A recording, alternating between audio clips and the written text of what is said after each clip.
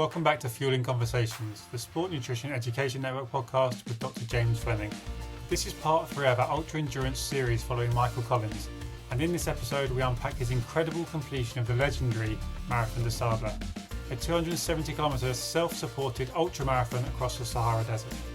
Michael reflects on his reality of racing through extreme heat and soft sand while carrying all of his own food and equipment. He shares the preparation, planning and mindset that helped him finish an impressive 107th out of 1,500 runners.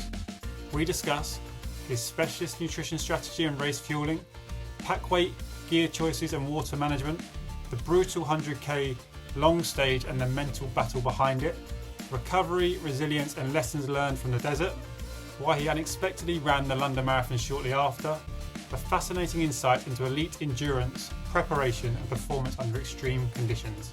Let's get into it.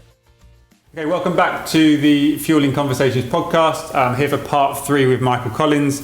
For those that haven't seen the previous episodes, we were talking about pre-Namibia 250 and ultramarathon, and then post where Michael finished 4th in the furnace, we've called it. And now we're back for Michael's reflections on the Marathon des Sables, which happened just a couple of weeks ago. Yeah, thanks for joining me, Michael. Thanks for coming back. So I guess go straight into it. You finished 107th out of 1,500-ish. Yeah, about 1,500, yeah. Which is unbelievable. First question, important question, have you got your medal? I've got the medal. It's appropriately sort of ostentatious and blingy.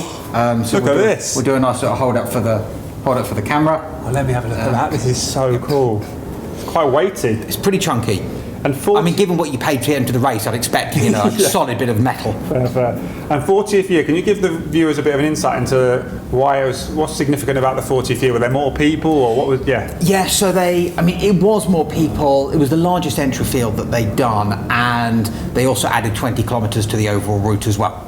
So it's normally 250 kilometres. They upped it to 270 this year, which allowed them to make the long stage 100k rather than the usual sort of 80-ish. And they tacked on a couple on the last day just because they're nasty people. For a bit of fun. Yeah. Can you give the viewer a quick overview on what the Marathon des Sables is, if you don't mind? Yeah, so 270 kilometres, it's spread over 6 stages, 7 days. It's fully self-supported, so aside from water, everything that you want, you've got to carry with you. So your food, your medical, your clothing, all of those things.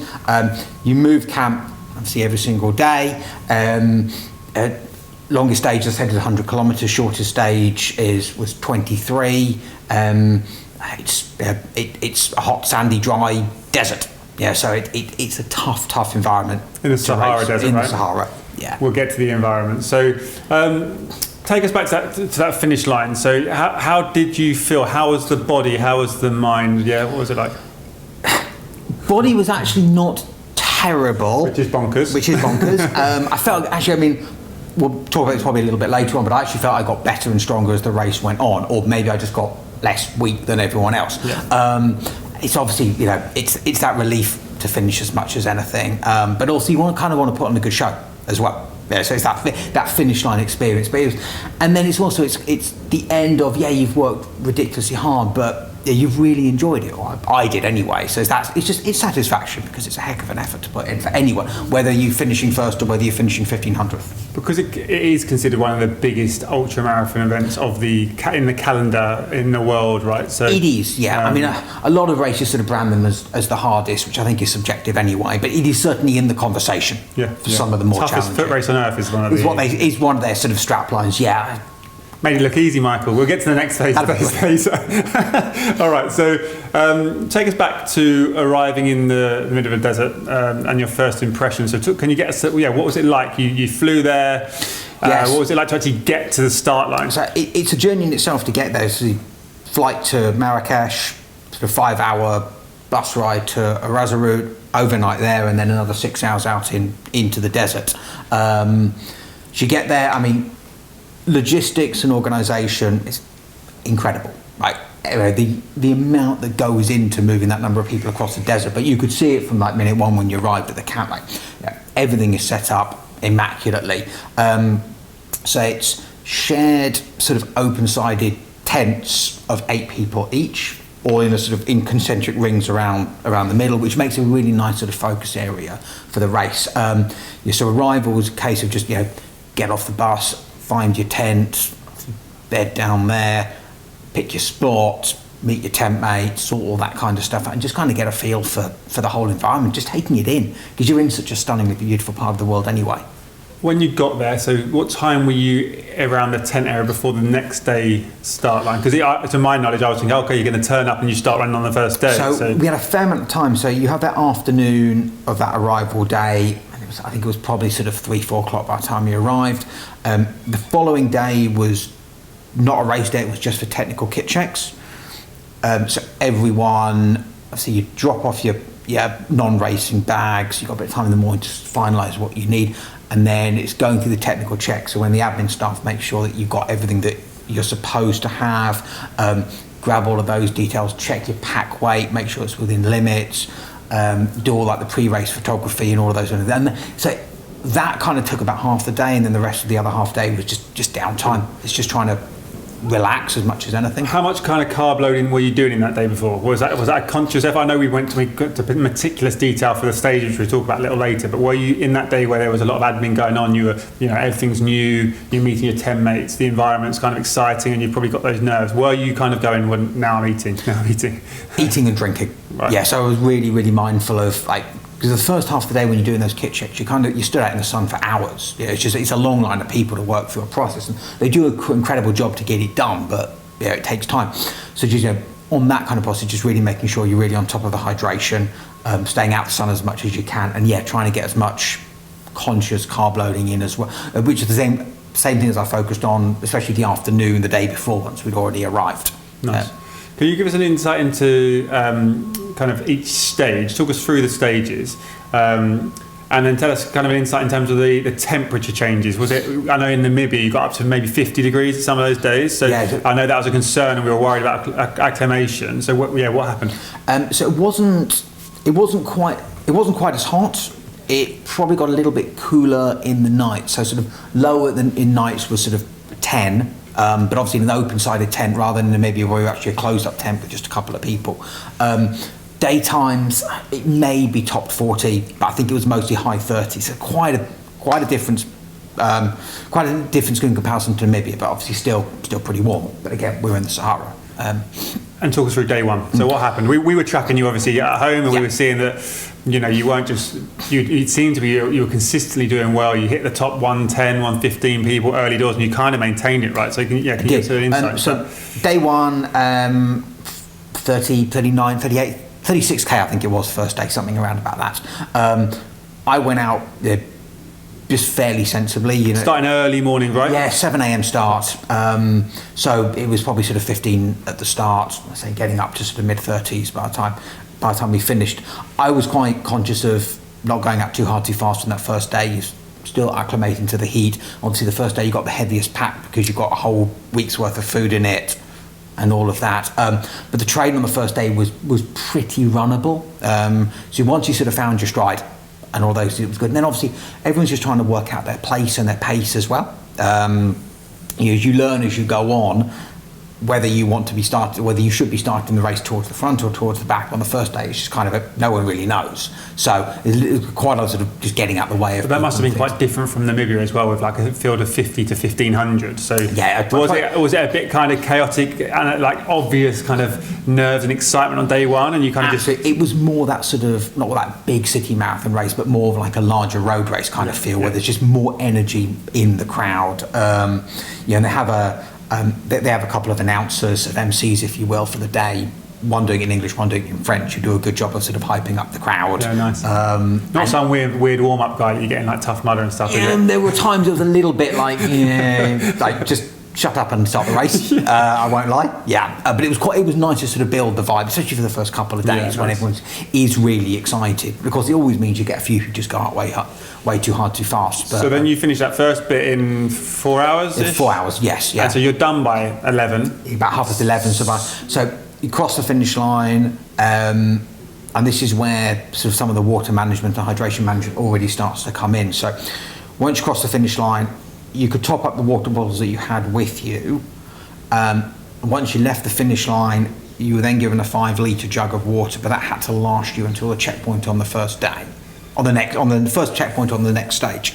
So you get that normally water, 10k in roughly. basically, yeah. So you get that water, you go back to your tent, and then the rest of the day is up to you. I was, of the 7 other runners who started the race in my tent, we lost a couple during the race, but I was always the first one back by quite a while, so I had a good amount of time in the tent kind of on my own, which was quite nice. What was your strategy with the water? Because I remember you can tell us a nice story about one guy that, you can tell me that in a second. So my approach was, it is primarily needed for drinking, then cooking, and then washing, kind of in that sort of priority order. After a couple of days, you kind of sort of learn. I mean, I think the first night you went into it with kind of like quite a rationing mindset of, you don't want to run out, you've got to make sure those bottles are still full for the next stage. But I was fine. Obviously, having more downtime than the majority means there's actually more time to be drinking that water. If you're a late finisher, you've been drinking more on the stages. So I was a little bit more conscientious of sort of managing it. And then you just found out that you just had enough for your packs for the next day, Exactly. So 1.5 litres, whatever you were carrying. Exactly. And so you had 3.5 to play with over that 10-hour period or so. As I went on, you got a little bit better at sort of managing. I think by sort of the second day, I was like, okay, I've got enough to do at least like do a little bit of washing of like just socks, top. And we discussed how disgusting and smelly everyone was by the Absolutely, end. yes. I mean, you've got 1,500 people, none of whom have showered in a week. Everyone's ran blood, sweat, and all the other bodily gunk that's in your kit. So we'll quickly move through that. There was minimal washing, but socks is kind of a non-negotiable for me in terms of washing them and looking them afterwards. You had a couple of pairs of socks? I had 2. I did have 3. No, I did have 3. So I could have one wearing as like a camp pair, and then 2 running pairs that I could just rotate. And how were the gaiters? Because I know you were worried about the sand and the dunes. The gaiters did a brilliant job. I mean, it was a lot more sandy than Namibia. It was a huge amount of soft sand as we expected. The gaiters did a really good job. I had the long socks that came up sort of about just to below calf height, with then the gaiters on. Nice. And they did. I mean, there was a little bit of sand that got through them, but none that really got into my feet to cause blisters. It's so good. Can you talk us through that 100k day? So you've just done this one day 4? Yeah. So you've done. Talk me through the 36, 41k, and then 29. Okay, fine. And then 4th stage was 100. So what time are you getting up for that one? Because that's got to be the day you're thinking, okay, this is it. If I can get through this, and there's no harm here, I'm pretty much there. Exactly. So that 100k, the long stage, you've got 40 hours to complete it. So it's 5 a.m. start on the morning of day 4, and then you've got till sort of 6 p.m. the following day. So my approach. Is that the camel? Sorry, is that when the camel comes in? The camel does come along at the end. Yes. The camel is at the end of sort of each stage, but it kind of played a more prevalent role in that because that cut-off was pretty strict. No. So I went out on that, just run this at a pace where you're running as much as you can, but not absolutely blowing up, because you're right, you feel like you're almost there, but I think that can lull you into a false sense of security, because the 5th stage was still a whole marathon, and then there was 23 odd afterwards. So I got through that 100k stage in 15 hours. I was reasonably sensible with it. Spent a fair amount of time running with another British guy. Probably a little bit below what we could have done, but it was a comfortable, maintainable pace. And times on a long day, it's quite nice to run with someone else, because you're at a pace where you can have a conversation. Like you say, at 15 hours of constant plodding in the middle of nowhere. Yeah. What sort of stuff was going through your mind? Were you able to just talk absolute rubbish with this guy, or how did you manage it? Because that's quite we've got it up here, which is just luck of the draw, this resilience perspective. That 15 hours or 100k after 3 heavy days would have broken a lot of people, I assume. Yeah, I mean, I always break them down sort of checkpoint by checkpoint is a really nice thing to look forward to, because it's kind of only 10k between each one. So that's, it's an hour and a bit, So that's sort of quite manageable. And then you do just, you talk kind of everything, nothing, but also just taking in the scenery. Yeah. I mean, with a 5 a.m. start, you're doing about an hour and a half in the dark on that first day, but happened to get over one of the really big sand dunes just as the sun was coming up, sort of over the Sahara, and you think, it's kind of worth it, isn't it? And in the dark, did you have headlights and stuff then? Well, I had head torches, which was a mandatory piece of kit. Okay, I mean, there's there's enough to trip over that you wouldn't want to be without one. Yeah, no rocks this time round. No rocks this time round. But it's really nice actually running in the dark as well. It's something very sort of peaceful about doing it. When you see sort of a string of lights, sort of all across the desert, and it's really, really spread out as well. So in terms of those logistical things, you've managed to do that 100k in 15 hours. Was that intentional that you were not going to? You had 40. So what was your thought process behind that, and then what did that mean in terms of that remaining 25 hours? Yeah. So for me, it was getting it done as quickly as I think made sense. I was probably a little bit, almost actually upon reflection, a little bit too much on the side of caution. I probably thought I could have maybe pushed it a little bit more on that, but it still meant that I think 5 a.m. start, so I was done by 8 p.m. So I had that whole night, which was great. So I got back in, had something to eat, and didn't bother to prepare anything warm, but we planned that with Michelle as part of the nutrition plan, not to have a proper meal that day, just because you just want to get to sleep. So I had a real meal bar, got my sleeping bag, just went to sleep. And also I don't know exactly, but I reckon it was probably sort of 4 a.m. when my first tent mate came back. Oh, really? So I had a good 7 hours just downtime and sleep. And there were so few people around camp when I got in that I was able to get a good amount of rest in, which was great. And then sort of in early morning, the following morning was kind of when that was where you were seeing the bulk of runners come in, and obviously the rest of my tent mates as well. So you're just sort of catching up with them, checking in, seeing how they're doing. That was the day that we lost our second runner as well. So it was always you don't really know what happened either. They don't actually come and tell you. Yeah. So you just don't see someone. It's really weird. Yeah.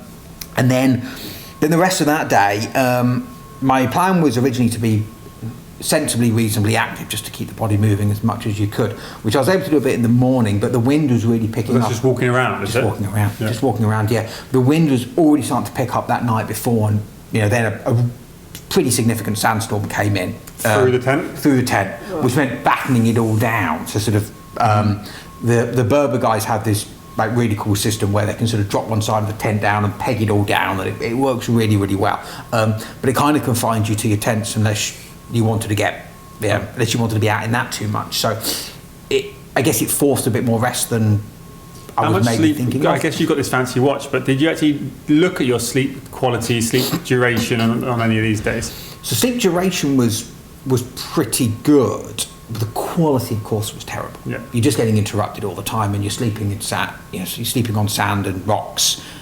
7 other people in a tent. Yeah. 1,500 people in the camp. There's always someone getting up. There's always someone snoring or rolling over or getting up to use the bathroom or whatever. So I think the sleep was more on just being tired rather than on getting quality sleep. It wasn't too bad. I mean, the last night when my mattress punctured was obviously less pleasant, but at least it happened on the last night rather than the first night. Nice. So that gets to the next bit, which what kind of hit you hardest? Was it the heat, the terrain, sleep, or that kind of cumulative fatigue aspect? I think it was more the more the community of fatigue. I think the heat was warm, but I didn't find it particularly an issue. I think just the general lack of just any sort of opportunity to recover.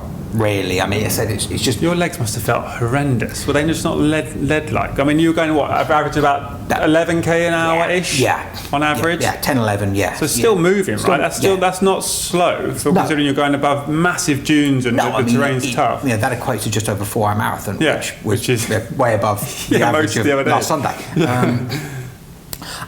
The body generally, I mean, a few little niggles. I picked this odd thing on my back, which I still don't know what caused it, but it could just been a slightly mispacked pack. I maybe have got the weight distribution wrong on the second day, but that did go down after a couple of days.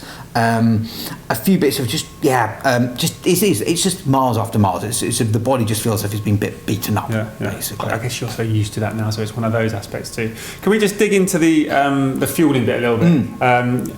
So, what was your strategy? In brief, and did anything deviate from that plan? So strategy, which we kind of, obviously along with Michelle, we'd worked on and sort of adapted and evolved. So we've taken sort of what we did in Namibia, which I think worked pretty well, very well, and we adapted and evolved it. So it was a light porridge pre-race breakfast, which could be made just with cold water. I'm not usually a not usually, I don't want to take too much on at breakfast anyway, and with some very early starts as well. It's just sort of doing what works. And we start with the same plan, which was on the go fuel every 10k throughout the race, again, which I think worked really well. And we had roughly 60 grams ish. Yeah, roughly 60 grams. Yeah, we had a variety of bars, variety of flavours to try and avoid that flavour fatigue as well. And then had the Morton gel carb electrolyte caffeine mix in my bottles to start off the day as well. So there's an extra bump of carbs and stuff in there. And then what we learnt from Namibia was that with the amount of downtime that we had at the end of each day, there wasn't a huge amount. In Namibia, we planned like a post-race snack as one of the real meal bars, and then an evening meal, and that was kind of it. There wasn't a huge amount, so we'd brought in addition, and also looking at some savoury options as well, because everything in Namibia was very, very sweet, and there was an element of flavour fatigue and just sweetness fatigue on that. So we brought in, at Michelle's suggestion, like some. We've gone with Marmite peanuts and a few Marmite twiglets thrown in as well. So you're getting the fats as well, but also just helping the salts and the rehydration as well. And that was a nice like additional just afternoon snack kind of thing to have. Like mentally, that's probably a switch, right, to make you think, oh, this is just different. This is a nice little kind of treat, if you like. And it's also because in that kind of environment, when it's stuff in your pack, they're indestructible as well. Mm-hmm. I know there's a lot of talk around salt and hydration status and people becoming hyponatremic or having really dark urine. Was there any kind of management of that from the MDS side?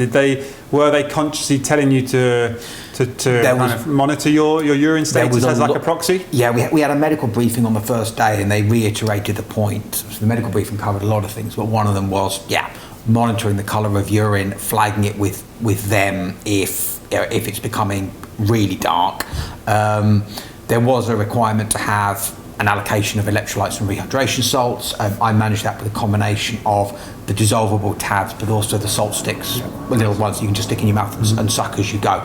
So like, obviously not being as hot as Namibia, so I was able to temper down a little bit the amount that I took, and I also had a couple of dialytes in as just emergency stuff, which would always fall back on, even just as basic electrolytes.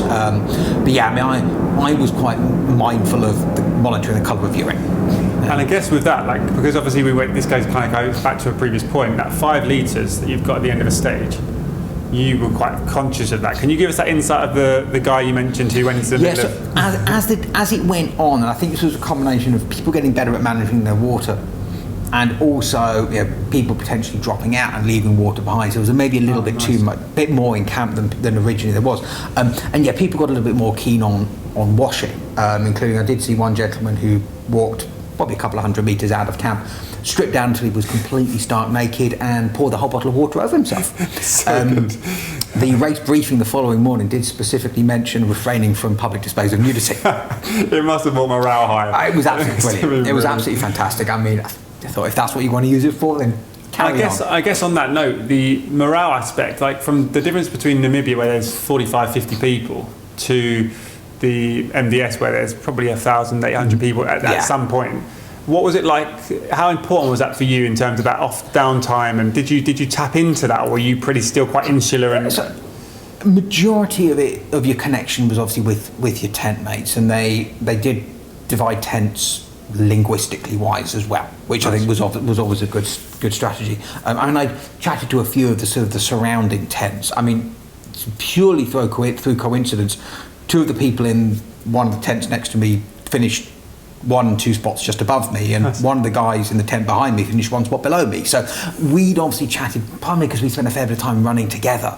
So there was a little bit more, but that was kind of about as far as my bubble went. So it was definitely fewer people you're interacting with. So it was kind of weird that there's this whole community of people you have no idea who they are.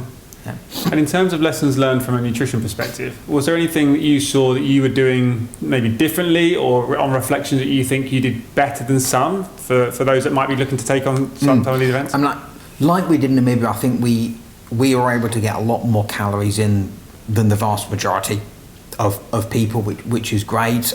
We didn't bother with a stove or anything to eat hot, because we felt it was a waste of space, waste of time. to do that. I think the fat option, the peanut options was a really good idea, which I'll take. Interestingly, what I saw with a lot of the elites, especially the Moroccans and the North Africans, who obviously really trying to minimise every gram, was how much they used just like meal replacement shakes and sort of the liquid stuff. I mean, it's not satiating, not satisfying, but I guess they worked out. So it's an interesting avenue to pursue. Yeah. To see what that might offer. But you're right on it, right? So you take out the elites from this race. Where did you finish roughly? I reckon. I mean, sort of 50, 60 elites, I reckon, or sort of very good experienced sort of desert runners. So you're talking top 2-3%, probably. Yeah. Which, so, you know, by no means is this like a small feat. And we are now looking at fine margins, right? Yeah, so we are, yeah. The element, and we were talking about the marathon recently, because obviously it's the sub 2, and this idea that's going around in the social media that Sarway just had a couple of slices of toast, but they don't talk about the fact they had a Morton 320 before, and that liquid nutrition that enables high volume carbohydrates without having that gut or issues to deal with. And on him, obviously, what also he was taking on in every single bottle that he took on during the race. I mean, I'm sure he had taking 115 grams an hour. Yeah. So I think this is where we've got to be very open with our communication. But yeah, definitely something we can look into. Which I think is, well, my approach obviously being how much on the go food that we had, because we're really mindful. It's the same kind of situation, isn't it? That you can't just keep running on water. And I guess that leads us nicely into this next bit. So you've just finished, really high. We were obviously super proud at St Mary's. Big shout out to Michelle, who's worked closely with you as well and doing a great job. And kind of interestingly enough, we'll have to rename this the Michael Collins podcast because the amount of time we're going to talk to you. But what's next? What's happening after you finished the hardest foot race on earth? So after finishing the hardest foot race on earth, I decided to drag my Surrey State to the Startland of London. How many days weekend. after? 8 days. We finished on the Saturday, London obviously being... That was not advised, by the way, just so you know. No, it was not advised by anyone, no. But obviously, having had that, with that entry on time and good for age anyway, I thought, I'll see how I feel. If I feel like I can run it, then I will run it. I felt okay, and ran it sensibly. Ran it. Go on. 3 hours, just over, which for me is, under normal circumstances, is unacceptably slow. But again, I was happy with that. You've got such mileage in your legs now, right? So, feeling how I felt, I was happy with that. It was just just a no pressure. It was actually really nice just to be able to, run a little bit more relaxed, taking the crowds a little bit more rather than being so single-mindedly focused on just as hard and as fast as you can go. And then ultras wise, because we've kind of ticked off a lot of the big ones. So where are we going next? I've got a couple of bits over the summer before we get into the big chunky one. So I've got a 100k in the Lake District on the 6th of June, and then I've got a 24-hour race in Snowdonia beginning of July. But that moves us on to the really big chunky one, which is Fire and Ice in Iceland, end of August, beginning of September, which is another multi-stage. And why that one? What's different between that and being in the middle of a desert? I've never been to Iceland. I've done a lot of these races in hot deserty environments, so challenging myself to be somewhere else. I don't particularly like the cold. So I want to see how I am in that. It's different challenges, different terrains as well. It's not so hilly, but obviously it's wet, it's volcanic. It's going to be. There's some wading in there as well, right? Some river crossings. It's technically challenging, but in a different way. It's back to being a small field of runners as well, so sort of 40, 50 again, which I think is quite nice. Because part of the thing in the back of my head is whether I ever feel would want to do one of these Arctic-based multi-days. So I feel how do I feel in a temperate, cool environment before plunging myself into something that's crazy cold?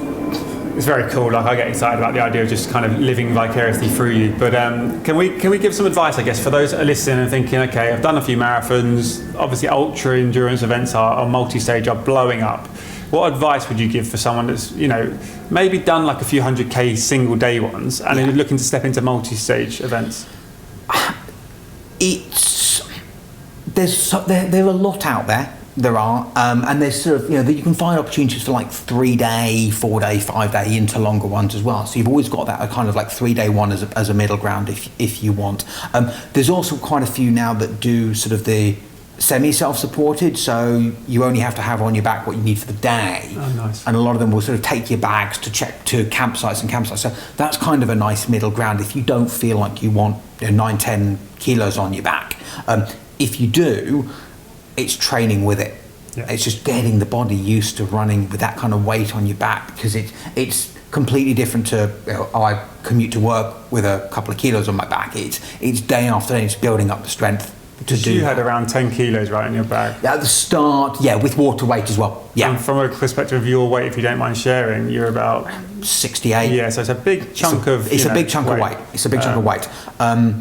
I did spend a lot of time training with that and heavier as well, which included obviously outdoor runs, indoor sessions on the treadmill, obviously on heat chamber acclimation. I've got a weighted vest as well, so it's just getting the amount of time with that weight on you. And from like a practical perspective, for any nutritionists or people that are going to be supporting athletes, that was kind of a non-negotiable aspect, wasn't it? It's probably where you spent most of your attention. How can I get the pack weight down? Yeah. Where is your kind of hard lines? Because from a nutrition perspective, we can't give you more if there is a line in terms of, well, this is too heavy for me. Yeah. And what's interesting when you were talking about this the other day was that you cut your toothbrush down, all the small details. You're brushing your teeth with a tiny little bit. I think I'd done a pretty good job in Namibia with kit weight. I think if memory serves, the weight of pack and mandatory sort of medical and clothing and everything in Namibia, I'd got down to about sort of 4.3 kilos. So I was able to strip another sort of 700-800 grams off for MDS, and I was brutal in Morocco. If it wasn't necessary, mandatory, or I couldn't eat it won't coming, which is like cutting the handle off the toothbrush, cutting the straps off your pack, like every little bit of grams and every bit of weight makes. But you're right, because we can't get enough calories in.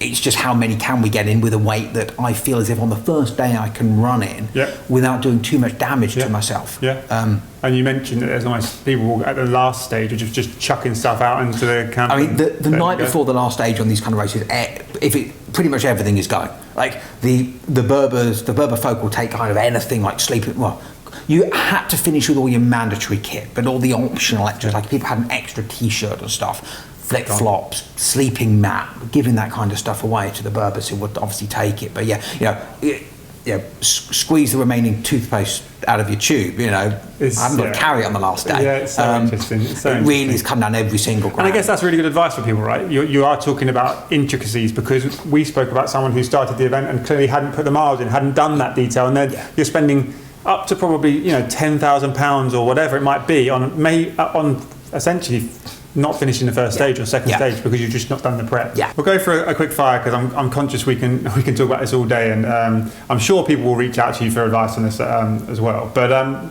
one thing you couldn't have got through each day without, do you think? I'm really glad I packed a pair of running poles. I am denied about running with poles. Can you give us an indication what's that? Yeah, why is that important?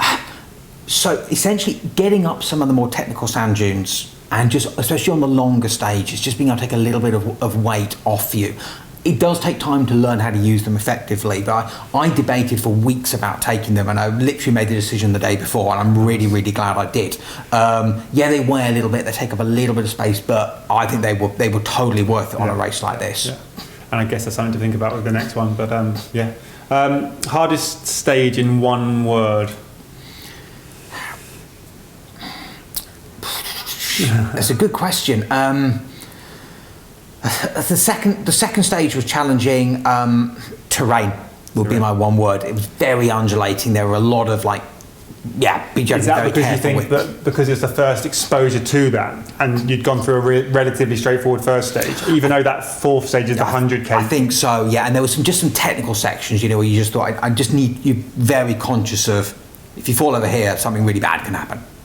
Yeah, it's an interesting one. I think you don't often think about that. You don't want anything that cut that could get infected or whatever. Exactly. Yes. Yeah. There were a couple of technical descents as well that you really had to be as not a great technical descender, just because of where we live and lack of training of doing it. I'm very conscious of that. Sweet or savoury when everything hurts? Sweet. Sweet, still sweet. I think so. But we'll have those Marmite. Yeah, but we need the Marmite Twiddlers. Yeah. Blisters or chafing? Pick your battle. Chafing. But you didn't get any of it, did you? Didn't. Because that's what I remember saying.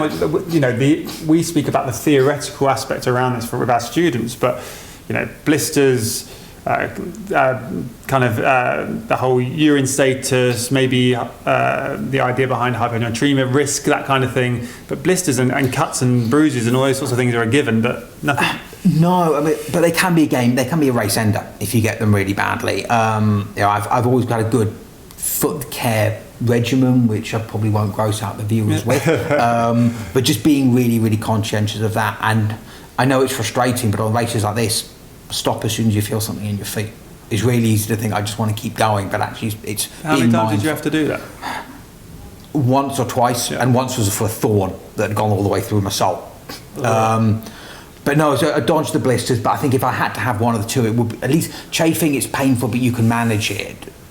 Most of the time, debilitating blisters can be absolutely dire. Did you see much of that? Seeing the status on people's feet, that was just absolutely shocking. Well, I've done a bad Google search for that, and it's not pretty. No. And actually, like you say, in the Namibia where you hit your toe, it is enough to stop you. Oh, yeah. You're just not going to be able to run and put it through, and the infection risk and everything else is so high. And then your cadence goes off, and it starts to affect other things about how you run, it's just painful. And if you've already got the mental drive that's so hard anyway, added to the complexities, it's so tricky.